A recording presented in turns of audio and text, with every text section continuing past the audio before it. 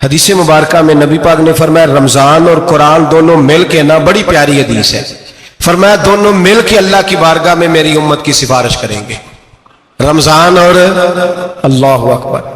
کس طرح؟ نبی پاک فرماتے ہیں رمضان کہے گا اے اللہ دن کے وقت میں نے اسے تیری رضا کے لیے کھانے پینے سے باز رکھا، اور قرآن کہے گا یا اللہ رات کو تیری رضا کے لیے کھڑا ہو کے یہ قرآن سنتا تھا۔ رمضان اور قرآن دونوں سفارش کریں گے۔ ہم نا بڑا کچھ پڑھتے ہیں، سنتے ہیں، سیکھتے ہیں، اب یقین کریں یہ کھاتے بھائی کا بھائی سے اختلاف ہو جانا تو وہ 30 سال پرانے کھاتے کھول کے لے آتا ہے، ساری رات ڈھونڈتا ہے کہ میرے پیسے کہاں سے نکلتے ہیں، پڑھ لیتا ہے۔ قرآن پاک کی باری آتی ہے تو نہیں پڑھتے قرآن پاک۔ ابا جی کا ختم ہوتا ہے تو مانگتے پھرتے ہیں، کہتے ہیں 2 قرآن پاک 10 قرآن پاک۔ یہ باتیں بتانی نہیں چاہیے، کرنی نہیں چاہیے، لیکن چونکہ تربیت کے لیے بیٹھا ہوں تو کر دیتا ہوں۔ میرے شاگردوں سے پوچھیں، یہاں مدرسہ ہے الحمدللہ، درجنوں طلباء ہیں، اساتذہ ہیں، میرے پیر بھائی ہیں، اور میرا یہ دعویٰ ہے کہ شاید کو کسی سے اتنا پیار کرتا ہو جتنے میرے شاگرد اور مرید مجھ سے کرتے ہیں، لیکن میں نے کبھی کسی سے نہیں کہا کہ ذرا سورت فاتحہ پڑھ کے دینا، میں نے اپنے ابا جی کو ثواب دینا ہے۔ پوچھ لیں کسی سے نہیں کبھی کہا، کبھی نہیں میں نے کہا کہ ذرا مجھے تھوڑا سا قرآن پڑھ دیں۔ میں اس کو ناجائز نہیں کہتا، پڑھوانا چاہیے، لیکن میں اپنے والدین کے لیے کبھی سوال نہیں کرتا کہ مجھے ذرا پڑھ کے دو، میں نے بخشنا ہے، اس لیے کہ میں نے ذاتی طور پہ روٹین بنائی ہے۔ میں سمجھتا ہوں کہ کائنات کے اندر میرے اوپر جن لوگوں نے احسان کیے ان میں سب سے زیادہ حصہ میرے ماں باپ کا ہے۔ میں سمجھتا ہوں اس بات، کتنا نالائق ہوں میں کہ میں 1 مہینے میں ایک قرآن پاک بھی پڑھ کے ان کی روح کو احسان نہیں کر سکتا۔ میرا یہ طریقہ ہے ذاتی، میں قدغن نہیں لگاتا، میرا ذاتی طریقہ یہ الحمد سے شروع کرو اور 2 سورتیں چھوڑ کے قرآن پاک ختم کر دو آخری، اور پھر فلق اور ناس صورتیں ساتھ لے جاؤ۔ یہاں بیٹھ کے سال ثواب نہیں کرنا، ختم نہیں دلانا، ساتھ لے جاؤ، قبر پہ کھڑے ہو جاؤ اور فلق اور ناس صورتیں قبر پہ بیٹھ کے تلاوت کرو، اور جو قرآن مجید پڑھا ہے ان کی روح کو وہاں احسان کرو۔ او بھائی، اولاد جب ماں باپ کے لیے پڑھتی ہے تو اسے کہنا نہیں پڑتا اللہ بخش دے، اس لیے کہ اولاد کی نیکیاں خود بخود ماں باپ کے کھاتے میں جمع ہوتی ہیں، خود نیکیاں جمع ہوتی ہیں۔ میرے بھائی تو بچوں سے یہ تو مطالبہ کرتا ہے کہ بیٹا اس سال رمضان المبارک میں میرے لیے ستو ضرور بنانا، فلانی چٹنی ضرور تیار کرنا، یہ کیوں نہیں کہتا بیوی سے کہ ڈشیں کم بنانا، تو بھی بیٹھ کے قرآن پاک پڑھ، میں بھی قرآن پاک پڑھتا ہوں۔ ادھر آؤ بیٹا یہاں بیٹھ کے تلاوت کرو، میں بھی کرتا ہوں۔ بیٹی ادھر آؤ بیٹھ کے قرآن پاک پڑھو، کتنا وقت لگتا ہے؟ حافظ اور قاری اور علماء اگر پڑھے تو 20-25 منٹ لگتے ہیں قرآن پاک کا سپارہ پڑھنے، اور اٹک اٹک کے پڑھنے والا بھی پڑھے تو 1 گھنٹہ لگ جائے گا۔ اور میرے نبی پاک صلی اللہ علیہ وسلم نے فرمایا جو قرآن پڑھتے ہوئے اٹکتا ہے اللہ اسے ڈبل ثواب عطا فرماتا ہے۔ فرمایا جو زبانی پڑھے سنگل ثواب، جو دیکھ کے پڑھے اسے ڈبل ثواب۔ حضور کیوں؟ فرمایا اس لیے کہ میرا قرآن دیکھنے پہ بھی اللہ ثواب عطا فرماتا ہے، قرآن دیکھنے پہ بھی اللہ ثواب دیتا ہے، دیکھنے کا بھی ثواب۔ رمضان شریف میں قرآن پاک پڑھے، کھول کے پڑھے۔